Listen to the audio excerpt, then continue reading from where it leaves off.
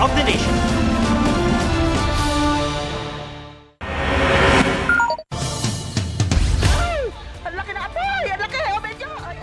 Pilit na inapula ng mga residente ang nasusunog na bahay na yan sa San Luis, Aurora. Mabilis na kumalat ang apoy dahil gawa sa light materials ang bahay. Dahil sa malakas na hangin, nadamay ang dalawang bahay na katabi nito. Ayon sa may-ari ng bahay, posible nagsimula ang sunog sa naiwang naka-charge na flashlight. Bistado sa Cebu City ang isang tindahan ng mga umnoy bagsakan ng mga nakaw na cellphone. Nakuha sa shop ang mahigit 100 mamahaling cellphone na ninakaw umano sa kasagsagan ng Sinulog Festival. May report si Femery Dumabok ng GMA Regional TV. Ang ordinaryong tindahan ng cellphone na ito sa Cebu City. Bagsakan umano ng mga nakaw na cellphone noong Sinulog Festival. Natuklasan ito matapos matrace ng isang estudyante ang nawawala niyang cellphone. Agad niya itong itinuro sa mga otoridad.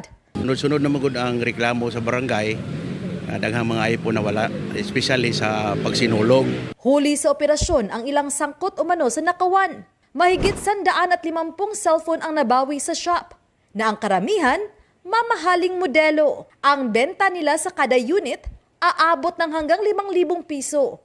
Ilang biktima naman ang nagtungo sa istasyon ng pulis para bawiin ang kanilang cellphone. Mili ko sinulog shirts, then gidasmagan ko mga 3 to 4 persons.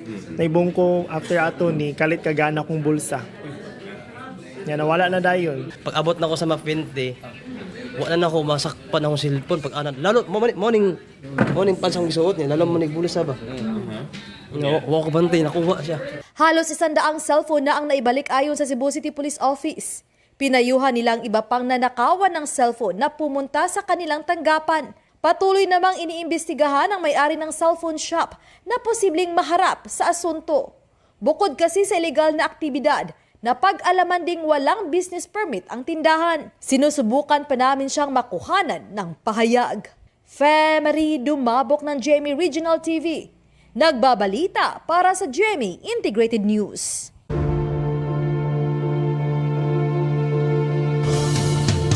Nagparamdam umano si dating Congressman Zaldico sa pamamagitan ng ilang pari ayon kay DILG Secretary John Vic Remulla. Pero hindi yan para sumuko kundi para makipagdialogo umano sa gobyerno. May report si June Veneracion.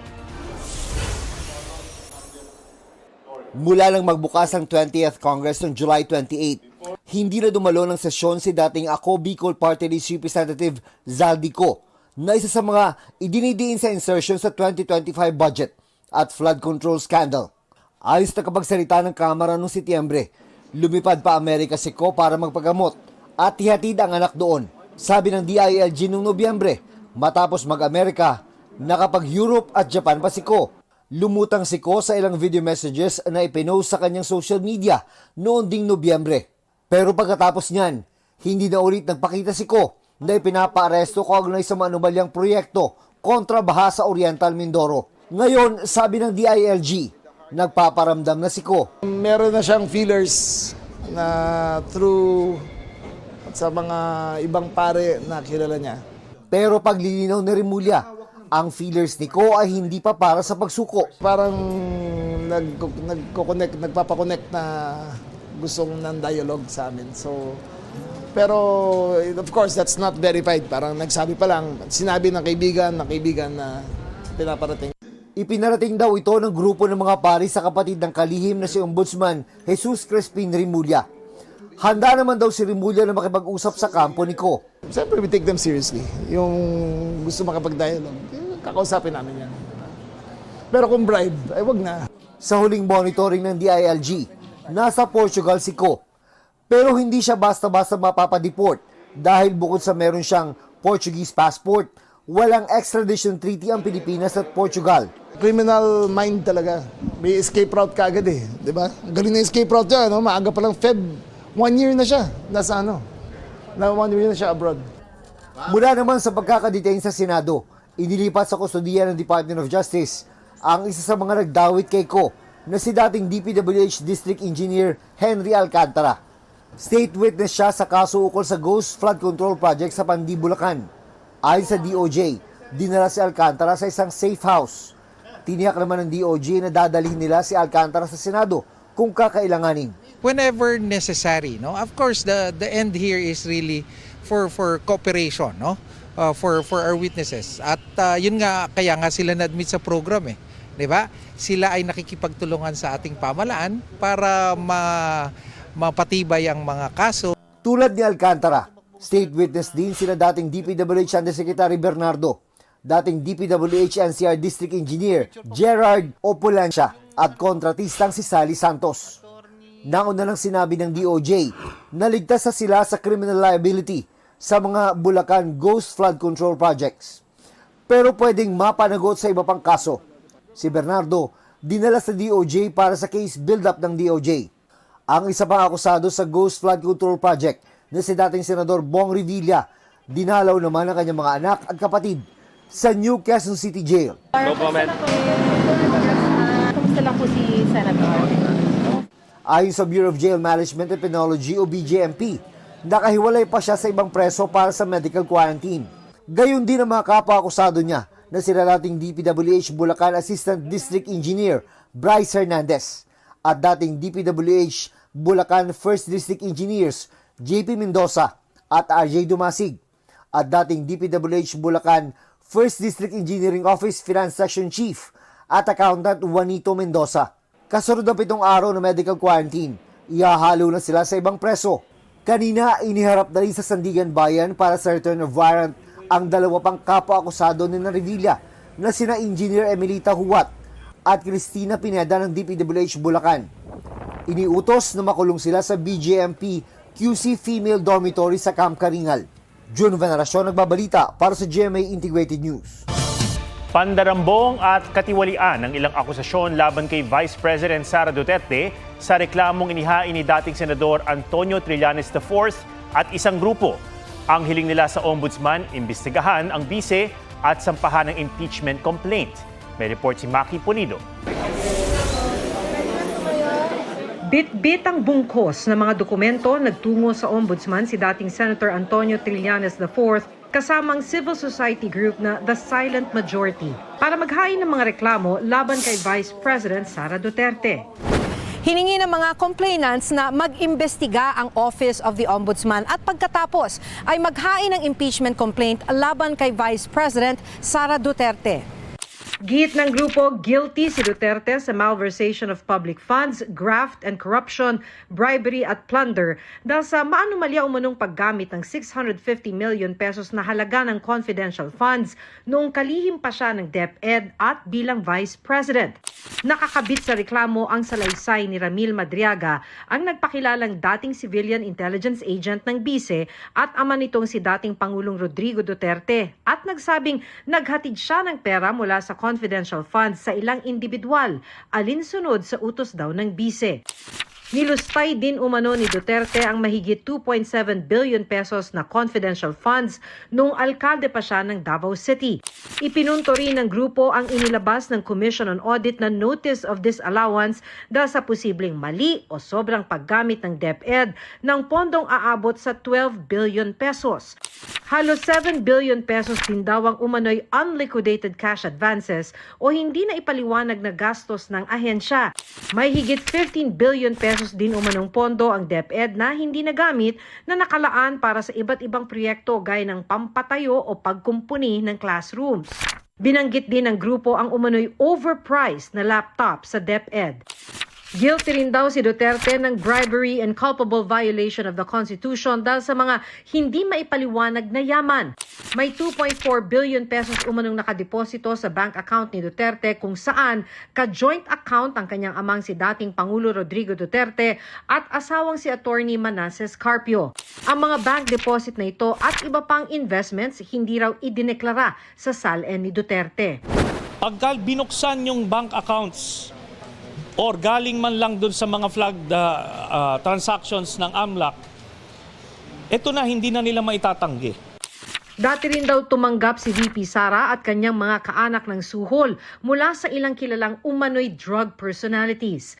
Basihan naman para sa reklamong betrayal of public trust at other high crimes ang pagbabanta nito sa buhay ni Pangulong Bongbong Marcos. Pinapakita ng complaint na ito na una, ang kabuuang halaga ng mga nilimas o niwaldas ni Sara Duterte ay maihahanay sa mga pinakamalalaking flood control scandal.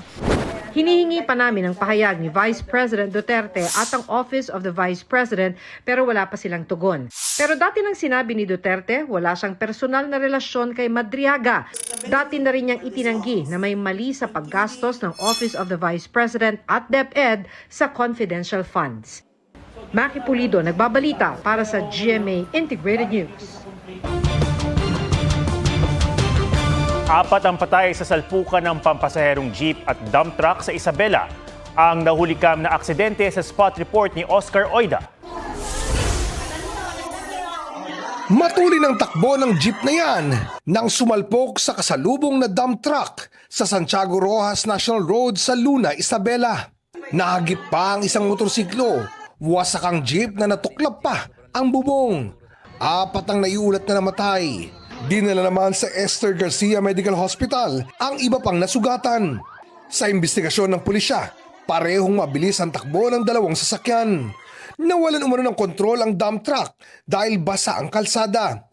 Iniimbestigahan na ng LTFRB ang aksidente at pinamamadali ang pagbabayad ng danyo sa mga biktima. Lasog-lasog naman ang katawan ng rider na ito matapos bumangga sa concrete barrier at magulungan ang truck sa barangay Mayamot, Antipolo City. Ayon sa pulisya, hindi raw napansin ng rider ang concrete barrier. Nawalan umano ito ng kontrol at sumemplang sa lane ng paparating na dump truck. Dead on the spot ang rider. Hawak na ng mga pulis ang truck driver. Dead on arrival naman sa ospital ang isang rider at panganay niyang anak matapos sumalpok ang kanilang motorsiklo sa pickup truck sa Bayawan City, Negros Oriental. Maluba naman ang lagay ng asawa at isa pang anak ng rider na nakaangkas din sa kanya. Sumuko na sa pulisya ang driver ng pickup. Oscar Oida, nagbabalita para sa GMA Integrated News. Ipinakita na ng pulisya ang mga isinukong armas ng kampo ni Charlie Atong Ang.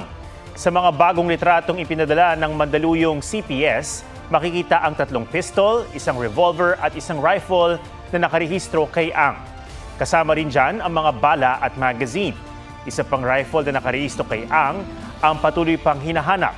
Binawi ng PNP nitong January 15 ang lisensya ng mga baril ni Ang kasunod ng paglabas ng arrest warrant sa kanya kaugnay sa kaso ng mga nawawalang sabongero.